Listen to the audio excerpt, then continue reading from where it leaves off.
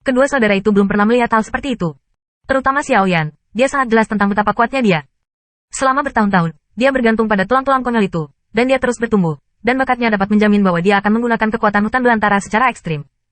Di belantara alam yang sama, ada sedikit kekuatan untuk melampaui dirinya.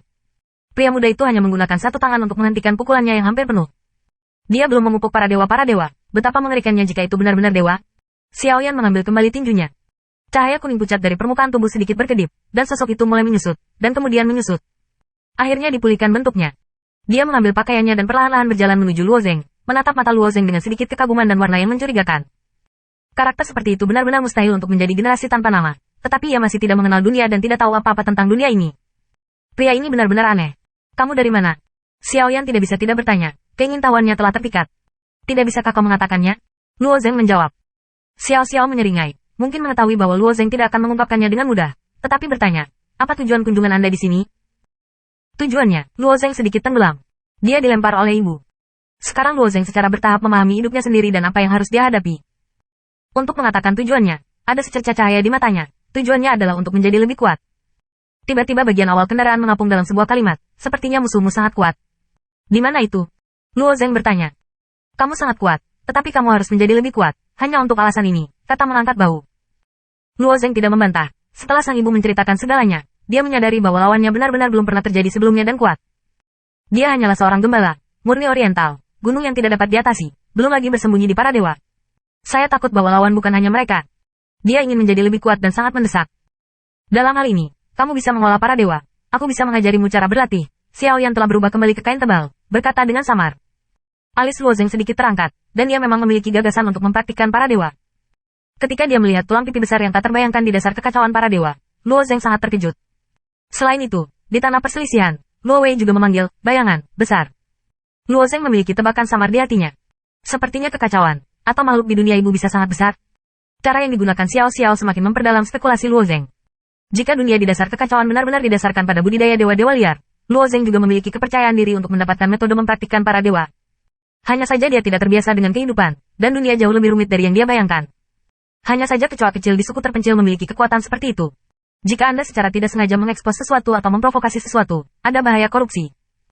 Di alam semesta, ia dapat dilindungi oleh ayahnya, Yu Tebei di wilayah Tuhan, dan ibunya sendiri, di mana ia tidak memiliki apa-apa. Ya, kata Luo Zeng sambil tersenyum. Tapi ada beberapa kondisi, wajah Xiaoyan menunjukkan senyum licik. Kondisi apa? Luo Zeng berkata dengan aneh.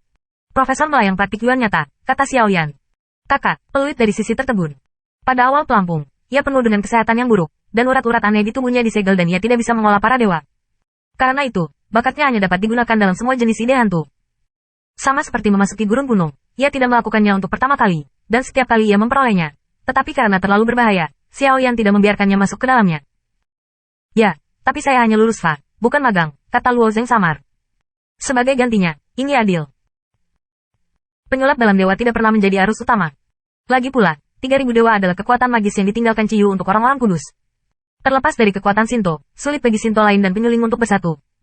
Di antara mereka, tubuh utama dari metode pemurnian adalah 8 diagram dari kuil Tao dan Sentai Jiuxing. Namun, praktik pemurnian dewa-dewa liar telah membuka jalan lain dan membangun sistem lain. Kekuatan dewa-dewa liar yang terkandung di tulang liar ini sebenarnya semacam warisan, kata Xiao. Warisan. Wajah Luo Zeng menunjukkan warna keraguan. Ya. Xiao menjawab dengan lemah. Tulang-tulang ini ditinggalkan oleh zaman purba dan kuat. Setelah ratusan juta tahun presipitasi, kekuatannya tidak hilang, tetapi telah mengeras di tulang. Itu menjadi tanpa tulang. Jadi kita mengatakan bahwa kekuatan kita diturunkan kepada mereka yang kuno. Setelah mendengar penjelasan ini, Luo Zengcai mengerti. Di dasar kekacauan, ada tulang tanpa akhir, dan ada begitu banyak orang kuat di tulang ini, sehingga metode penanaman yang unik ini akan ditafsirkan. Kamu bisa menyerap kekuatan para dewa di tulang tanganmu, kata Xiao, sampai kekuatan para dewa ini menyusup ke tubuhmu. Tulang ada di mana-mana. Menyusup ke setiap tempat. Luo Zeng ingat ketika dia baru saja mengembangkan seni bela diri. Tujuannya adalah untuk sepenuhnya mencuci kotoran dalam daging dan menghilangkannya. Tetapi penggunaan kultivasi tanpa tulang ini adalah kemunduran, benar-benar menyusup ke dalam daging dengan kekuatan tulang. Ini hanya level terendah dari tulang, jadi tidak akan ada penolakan untukmu. Beberapa tulang yang kuat tidak begitu mudah diserap, tambah Xiaoyan. Ada beberapa tulang yang lebih kuat, kata Luo Zenggi. Xiaoyan, ketika dia layak, berkata dengan sedikit senyum, tentu saja. Ada banyak jenis tulang liar di belantara zaman. Beberapa tulang miskin sangat kuat sebelum kehidupan.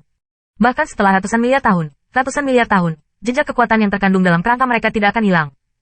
Kekuatan tulang semacam ini benar-benar kuat, tetapi kekuatan tulang-tulang itu hanya akan diteruskan ke keturunan mereka, dan mereka harus memiliki darah mereka. Apakah perlu memiliki darah dalam penggabungan tulang-tulang itu? Mata Luo Zeng berkelip. Xiao Xiao mengangguk. Beberapa tahun yang lalu, aku digali dari tulang-tulang darah Ciyu di hutan belantara kuno. Tulang liar semacam ini tidak bisa diserap, aku hanya bisa menjualnya, atau menukar dengan yang biasa tulang-tulang langit. Berbicara tentang ini, ada sedikit kesedihan di wajah Xiao Yan. Kekuatan yang terkandung dalam tulang berbeda, dan efeknya sangat berbeda. Kelahiran darah ditakdirkan. Namun, Xiao Xuan mengandalkan tulang-tulang dari dua darah Ciyu ini, dan bertukar puluhan tulang biasa, hanya untuk meletakkan dasar pelatihan mereka sendiri. Tetapi sekarang mereka ingin datang, itu masih layak lilin.